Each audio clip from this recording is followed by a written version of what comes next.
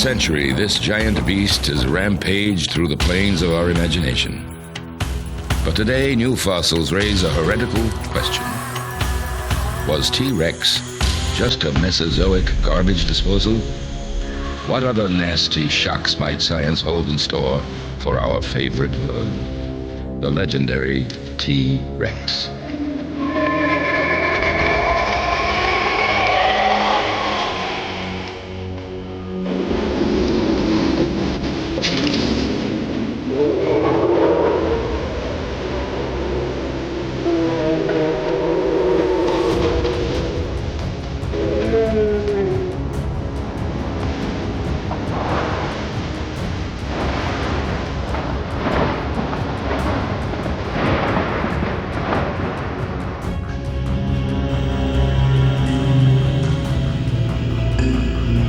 No dinosaur has held a more ferocious grip on the popular imagination than Tyrannosaurus Rex. A celebrity of international renown, T-Rex is a universal symbol of rampant destruction and blood-chilling terror. Professor, there's a big lizard back there and he's heading this way. Now get aboard! Portrayed by Hollywood as insatiable and unstoppable, Tyrannosaurus has been cast as the ultimate predator.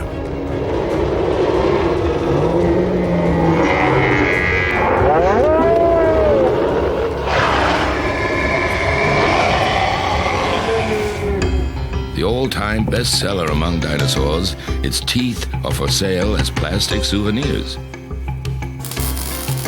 Welders create metal replicas of T-Rex to keep up with the public demand for its monster image. Famous for its nasty disposition, Rex stands guard at motels, ice cream parlors, and in public parks across the nation. The size of T-Rex is frightening. 3 times the height of a man, it weighed up to 7 tons. Its powerfully muscled jaw was filled with jagged 9-inch teeth. But most frightening of all, this gigantic animal was a flesh eater, the largest carnivorous dinosaur ever to stalk the earth. The presence of T-Rex in museums all over the world suggests an abundance of fossils. But in fact, most Tyrannosaurus on display are only models, cast from the few real fossils in existence.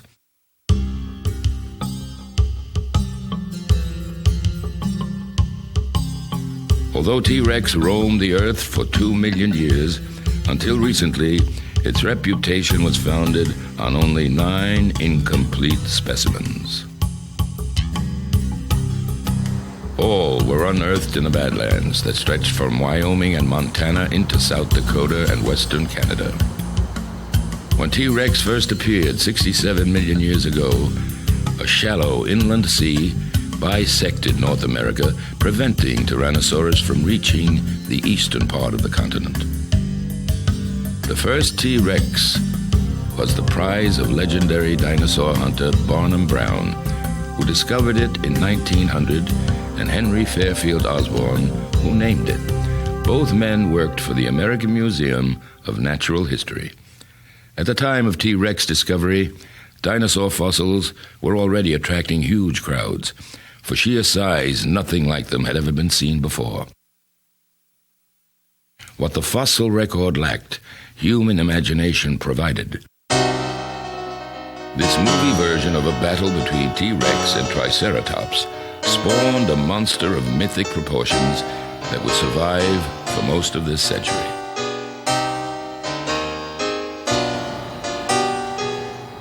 Today, Jack Horner, curator of paleontology at the Museum of the Rockies in Bozeman, Montana, is one of a new breed of scientists questioning traditional ideas about dinosaurs.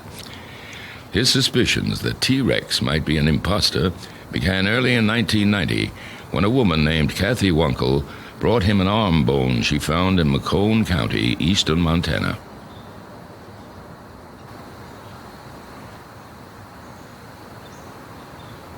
Horner began excavating what would become the most complete T-Rex on record.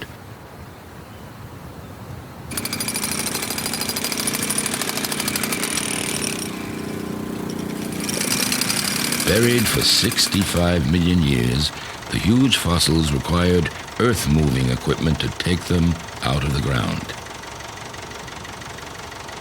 The bones became the starting point for a new reconstruction of T-Rex by Montana sculptor Matt Smith. This is a 1/20th scale model of the Museum of the Rockies Tyrannosaurus Rex, about 38 feet long. One of the things that you notice right off is how narrow from a dorsal view it is, based on the ilium and dorsal vertebrae and the ribs. T-Rex was once seen as a lumbering, tail-dragging beast. The new version could chase its prey at speeds up to 30 miles an hour, much faster than a human running at top speed. But Horner was not convinced T-Rex deserved its reputation as history's most awesome predator. When Tyrannosaurus Rex was first found, Barnum Brown brought the specimen in. Henry Fairfield Osborne was the first person to work on it, or certainly the first one to describe it. And he gave it the name Tyrannosaurus Rex, which means tyrant lizard king. Well, and pretty much said it was a predator. But he didn't base that on anything. I mean, he didn't really do the work necessary to determine that it was. He just pretty much said it was. It was a big carnivorous animal, the largest one ever found, and the assumption was that it was a predator. That assumption inspired the quintessential image of T-Rex as a hunter and a killer. But what Horner saw was an overgrown scavenger, a gigantic vulture preying on dead carcasses. He admits his view of T-Rex is not a popular one. People don't want to hear that Tyrannosaurus was a scavenger. They want to know that it was a predator, because for some reason that's really special. Much of T-Rex's reputation as a hunter is based on its huge size. But like a vulture, one of the largest carnivorous birds, T-Rex could have used its size to scare other scavengers away. Horner compares T-Rex with a group of predatory dinosaurs that includes Velociraptor, Troodon, and Deinonychus, all built for speed. If you were going to design a bipedal predator, you'd make a Velociraptor. They have a short femur, a short thigh bone, and a long tibia, or shin bone. And that gives them the leverage to run. That's why an ostrich can run faster than we can, even though we're about the same size. We have a femur and a tibia that are the same length. Tyrannosaurus Rex also had a femur and a tibia that were the same length. For the first time, the prestige of T-Rex as a predator seemed to teeter on the brink of disaster. But soon another Tyrannosaurus Rex, bigger and tougher, would take on the challenge. The lack of vegetation and the rapidly eroding sandstone on the arid badlands of South Dakota are ideal for searching out the bones of ancient creatures. Here, fossil collector Peter Larson of the Black Hills Institute has found the widely scattered remains of duck-billed dinosaurs, large plant-eating animals that were the favorite food of Tyrannosaurus Rex. In 1990, Larson's team also found the largest T-Rex ever discovered. At their lab in Hill City, the team concluded that their new find was a female tyrannosaur because it lacked an extra chevron bone found on T-Rex males. Larson believes the extra bone anchored the sex organ of the male T-Rex and allowed it to be retracted when not in use. In honor of the team member who discovered her, the new T-Rex was named Sue. Sue is slightly larger than the Museum of the Rockies specimen. Not only is each bone a little bit longer, but each bone is actually bigger around, more meaty, more beefy, more robust than the Museum of the Rockies specimen. Again, the popular image of the tyrant lizard king seemed in jeopardy, for in size it appeared that the male T-Rex was no match for its tyrant lizard queen. It's really not unusual for females to be larger than male Tyrannosaurus, because in many other species we see the same thing. We see it in most invertebrate species, in most fish species, most amphibians, many reptiles, and even some mammals where the female is larger than the male. And it's really only in those species in which males compete for the right to impregnate multiple females that we see the males become larger. Sue and her kind lived here from 67 to 65 million years ago, at the end of the age of the dinosaurs. Then the land was lush and full of life, according to senior dinosaur scientist at the Royal Tyrrell Museum in Canada, Phil Curry. In this part of the world, we would find that the habitats and the countryside would look a lot like the Gulf states or northern Florida does today. There was a diversity of environments along the rivers and so on, and there were wide open areas, and there was some lowland marshes and so on, but they were good places for the Tyrannosaurus to live. They could seek out food in a variety of habitats, and maybe some of those habitats favored them for hunting. Curry believes this habitat favored T-Rex because it contained a variety of potential prey animals. Sharing the environment were vast herds of duckbill and horned dinosaurs, which provided T-Rex with the enormous quantities of flesh it consumed each day. At Egg Mountain in northern Montana, Jack Horner has found a bone bed containing as many as 10,000 duckbills buried by a volcanic eruption far more devastating than the eruption of Mount Vesuvius that buried Pompeii. For Horner, herds like these are evidence Tyrannosaurus lived by scavenging. We had duck-billed dinosaurs and horned dinosaurs traveling in these giant herds. And we can make an analogy to the Serengeti plain of Africa, where we have the giant herds of wildebeest traveling by the millions. And those herds have scavengers that actually follow them, vultures and hyenas and all sorts of things.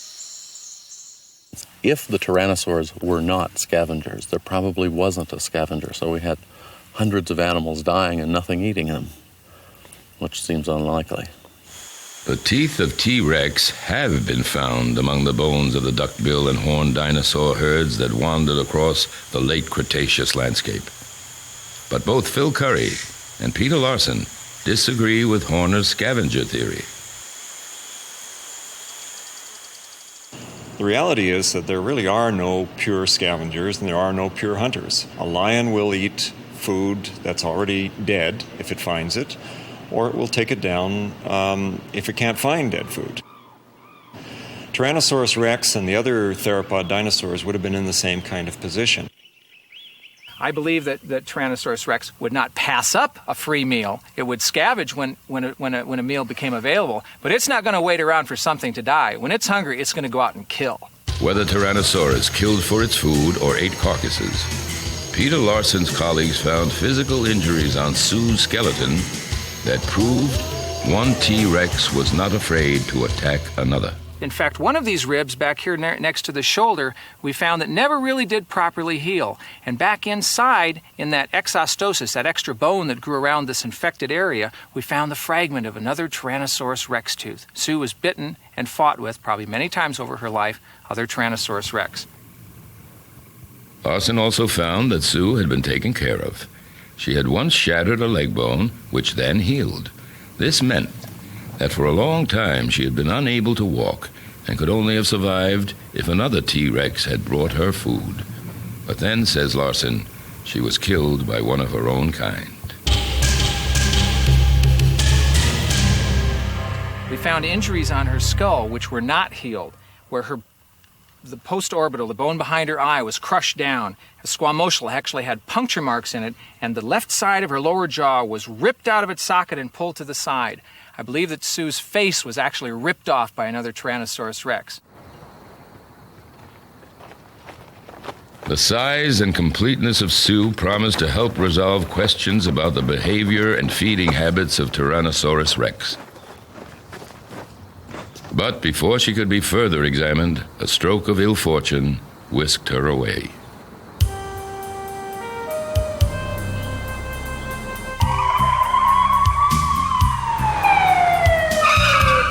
On May 14, 1992, FBI agents entered the facilities of the Black Hills Institute and took Sue into their custody.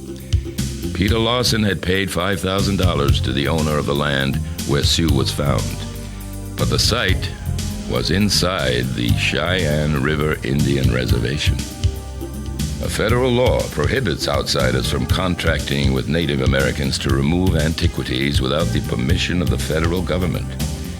The local United States attorney ordered Sue to be confiscated, along with all photographs, records, and papers relating to Sue and her discovery. Local townspeople were enraged. A source of local pride had been taken away from them. Sue right now is locked away in a sea freight container in storage crates, and we haven't seen her for more than 2 years, and it may be years yet before we'll be able to see her or anybody else will be able to see her. We've been fighting this battle for more than 2 years now and trying to get Sue back, and we're going to exhaust every avenue that's available to us until we do finally get her back, until she finally comes back to the Black Hills Museum of Natural History. A year and a half after her seizure, a federal appeals panel ruled against Lawson and the Black Hills Institute, returning Sue to the possession of the landowner. Undaunted, Peter Lawson continued his search for more specimens of T-Rex. In 1992, he excavated a less complete skeleton he named Stan. Meanwhile, Jack Horner's challenge to the conventional view of T-Rex would continue to inspire debate.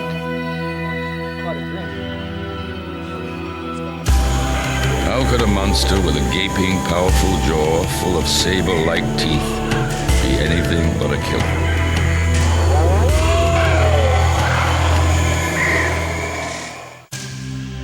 When he first discovered T-Rex in 1900, Barnum Brown assumed it was a predator. It was certainly the largest meat-eating dinosaur ever found. The monstrous skull of T-Rex in particular seemed designed for killing. Engineered to be strong, it was also light. Large holes in the skull reduced its weight. But the bone structure was strongest in the jaw, to withstand the awesome force of the muscles that could crush the bones of any animal. This is a jaw of a real Tyrannosaurus rex. You can see one of these huge teeth in place in the jaw and another tooth lying on the side of the jaw here. You can look at this long root and how it's anchored into the jaw. This was a killing machine. This was a machine which could bite through even the leg bone of another Tyrannosaurus rex. Jack Horner is not convinced. Whether it hunted or scavenged, T-Rex would have needed its steak knife teeth and enormous jaws for cutting the huge quantities of meat it consumed into smaller chunks. But Horner's argument pivots on another part of T-Rex's anatomy, its tiny arms that have puzzled paleontologists for decades. Horner has found with the Montana Rex the first complete arm bone of Tyrannosaurus ever discovered. Though T-Rex was over 15 feet tall, its arm was no bigger than the arm of a man. Horner commissioned sculptor Matt Smith to reconstruct the arm of the Montana Rex, using the musculature of a variety of modern-day animals and birds for comparison. A biomechanical study of the arms showed that the animal could lift up to 400 pounds. It was stronger than expected, but still puny for an animal that weighed up to 7 tons. Horner concluded the arms were virtually useless for capturing prey. Tyrannosaurus Rex's little arm would not reach its mouth. One arm wouldn't reach the other arm. He couldn't clap. Try to imagine yourself trying to catch a chicken with your hands tied behind your back. I mean, you'd be a mess. A bipedal animal needs to be able to stabilize its prey, and the Tyrannosaurus Rex couldn't do that.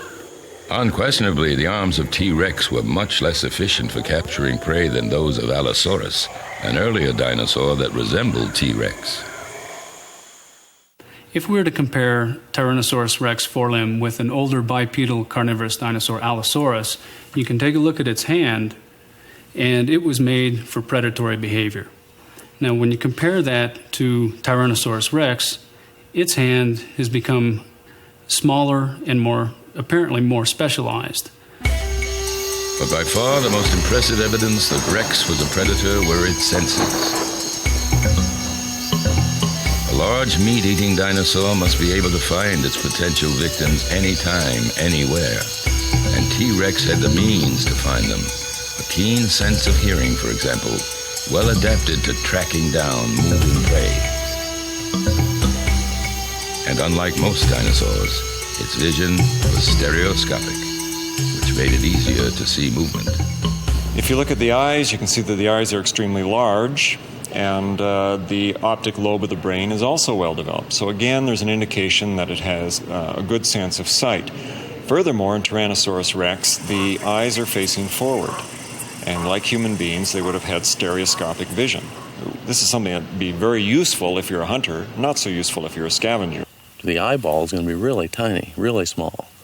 But if we look at the animals like Velociraptor or Troodon, they have huge eyes. They have huge openings for the eyes.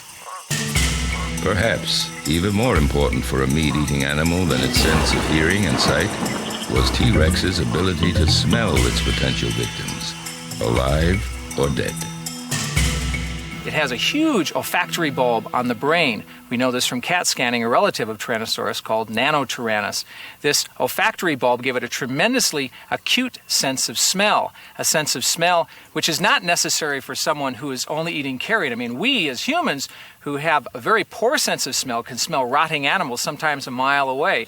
Remember in Jurassic Park, the guy says, "Don't move, the Tyrannosaur won't see you."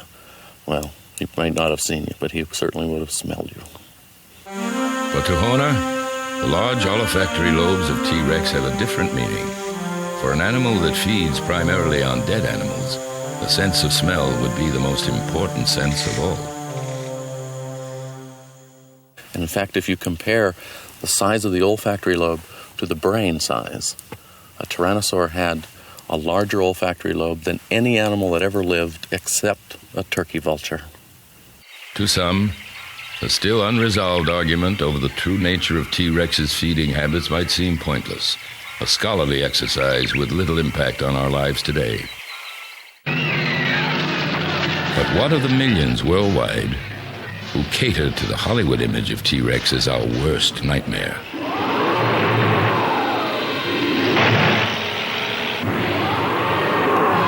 If it turns out to be a scavenger after all, would Tyrannosaurus rex be ruined forever as the monster we've grown to love? In 1994, paleontologist John Storer discovered another T-Rex, this one in the Canadian province of Saskatchewan. After only 9 T-Rex finds in all the years from 1900 to 1990, 3 nearly complete skeletons have been found in the space of only 4 years. And with the increasing interest in paleontology, more fossil hunters are on the trail of the elusive Rex. Perhaps the world will soon find out if it was truly the monster it was made out to be. Would it really be a gigantic prehistoric vulture? For now, its reputation is safe. For most of us, it is still the quintessential dinosaur. The one, the only, the legendary Tyrannosaurus rex.